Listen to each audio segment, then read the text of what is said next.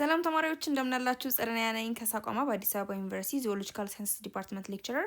በዛሬው ቪዲዮአችን ግሬድ 11 ባዮሎጂ ዩኒት 3.9 ስለ አፕሊኬሽንስ ኦፍ ኤንዛይምስ ኢን ኢንዱስትሪስ ኤንድ ዴር ቤኔፊትስ የሚለውን ሰብሴክሽን እናያለን። የሳቋማ ቴሌግራም ቻናላችንን ጆይን፣ ዩቲዩብ ቻናላችንን ሰብስክራይብ እንዲሁም የሰታችንን ጎብኙ እያልኩኝ ወደ ትምህርታችን እንግዲህ በ3.9 የምናያቸው ነገሮች ምንድናቸው? አንድ ዊል ኤክስፕሌን አፕሊኬሽንስ ኦፍ ኤንዛይምስ። ኤንዛይምስ የተለያዩ ጠቀሜታዎች አሏቸው። ሶ በሌዘር ኢንዱስትሪ ብንል የቆዳ ምርት የሚያመርቱ ፋብሪካዎች፣ ጨርቃ ጨርቅ ፋብሪካዎች፣ ቴክስታይል ፋብሪካዎች፣ ምግብ ፋብሪካዎች፣ ፋርማቲካል ኢንዱስትሪስ፣ የመድኃኒት ኢንዱስትሪዎች፣ ቆሻሻን ማኔጅ በማድረግ ዌስት ማኔጅመንት ቆሻሻን በአግባቡ ለማስወገድ፣ ዲተርጀንት ኢንዱስትሪስ የተለያዩ ንጽህና ማንጫ የሆኑ ፈሳሽ የሚሰሩ ኢንዱስትሪዎች የመሳሰሉት እነዚህን ኤንዛይምስ ይጠቀማሉ። ስለዚህ ኤንዛይምስ ያላቸው አፕሊኬሽን ምን እንደሆነ እናያለን ማለት ነው በእነዚህ ረገድ። and will list areas of enzyme application እነዚህ ኤንዛይሞች አሁን የዕለት ተዕለት ህይወታችን ላይ የሚጠቅሙበትን ኤሪያ አካባቢዎች እንዘረዝራለን። and we identify and discuss locally applied enzymes በአካባቢያችን በቅርቡ ጥቅም ላይ የምናውላቸው የኤንዛይም አይነቶችን በመለየት እናብራራለን ማለት ነው። so what are the uses of enzymes? የነዚህ ኤንዛይሞች በኢንዱስትሪ ውስጥ ኢንዱስትሪስ ያላቸው ጠቀሜታዎች ምንድናቸው የሚለው ነገር እንመልስ። So the application of enzyme is the use of enzymatic biochemical reactions for chemical conversion processes, that are driving forces of great change for productivity of various industries.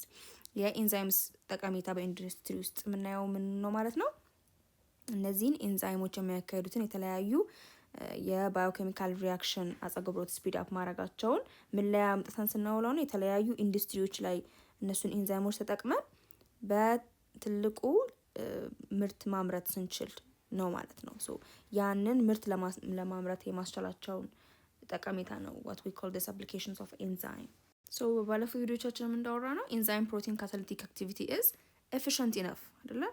በተፈጥሮ የምናገኛቸው ባዮካታሊስት ናቸው ብለናል። ስለዚህ እነዚህ ኤንዛይምስ ስፔሻል ፕሮቲንስ ያላቸው አንድን ኬሚካል ሪያክሽን የማፈጠናቸው ነገር በጣም ብቁ ናቸው ማለት ነው። they are hundreds to thousands of times higher than that of the inorganic catalyst ማለት ነው። ሌሎች ሰው ሰራሽ የሆኑ ካታሊስቶች አሉ ኬሚካል ሪያክሽኖችን የሚያፋጥኑ፣ ከነሱ በበለጠ በ1000 እጥፍ ሊያፋጥኑ ይችላሉ ማለት ነው these enzymes. so እዚህ ጋር የሁለቱ ልዩነት እንደምታዩት enzymes they are proteins and biological catalysts. በተፈጥሮ የሚገኙ የተለያዩ አጸገብሮቶችን የሚያፋጥኑ የፕሮቲን ታይፖች ናቸው። ሃይ ሞላር ማስ ነው ያላቸው። ኢንኦርጋኒክ ካታሊስት ጋር ስንመጣ ደግሞ they are simple ions molecules low molar mass ነው ያላቸው። they catalyze biological reactions. በተፈጥሮ የሚከናወኑ የተለያዩ ኬሚካል አጸገብሮቶችን ያፋጥናሉ። እነዚህ ደግሞ በብዛት ምን ላይ ነው የምንጠቀማቸው? ነን ባዮሎጂካል ሪያክሽንስ ኢንዱስትሪዎች ውስጥ ሆነው ነን ባዮሎጂካል የሆኑ ሪያክሽንስ በተፈጥሮ የማይከናወኑ ነገር ግን በኢንዱስትሪዎች ውስጥ የሚከናወኑ የተለያዩ አጸገብሮቶችን ለማፋጠን ነው የሚጠቀሙባቸው። and they are specific in nature እንደምናውቀው ስፔሲፊክ ናቸው አይደለ? ስፔሲፊቲያቸውን አይተናል ኢንዛይሞችን። እነዚህኞቹ ደግሞ they are not specific in their nature. efficiencyያቸው very high ነው the enzymes, but when it comes to the inorganic catalysts it's not so high. ያን ያህል ከፍ ያለ አይደለም እንደ ኤንዛይምስ ብቃታቸውን ስናይ። and they are affected by pH and temperature. this ones ያን ያህል አይደሉም። and their action is explained by the lock and key ሞዴል እንዳስተዋል ነው። ለዚህኞቹ ደግሞ either intermediately ኮምፓውንዶችን ፎርም በማድረግ ረገድ ላይ የሚሳተፉ የካታሊስት አይነቶች ናቸው ማለት ነው። so when it comes to this inorganic catalysts they are not protein እና ህይወት ያላቸው ነገሮች ውስጥም ደግሞ አናገኛቸው። አብዛኛው ጊዜ ኢንዱስትሪ ውስጥ በሰው ተሰርተው የሚገኙ ናቸው ማለት ነው። እና ደግሞ they are not proteins, they are metal ions እንደ iron, platinum, nickel የምንላቸው ካታሊስቶች አሉ። so በዚህ way ዲፈረንሺየት ማድረግ እንችላለን ሁለቱን። so እንዳየነው ከኢኖርጋኒክ ካታሊስትስ በበለጠ መልኩ በብቃት የተለያዩ ኬሚካል ሪያክሽኖችን ስፒድ አፕ የሚያደርጉልን are the enzymes ማለት ነው።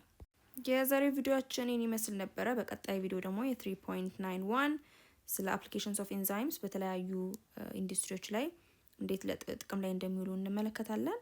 የሳቋማ ቴሌግራም ቻናላችንን ጆይን፣ ዩቲዩብ ቻናላችንን ሰብስክራይብ እንዲሁም ሰታችንን ጎብኙ እያልኩኝ በቀጣይ ቪዲዮ እስከምንገናኝ ድረስ ሰላማችሁ ይብዛ።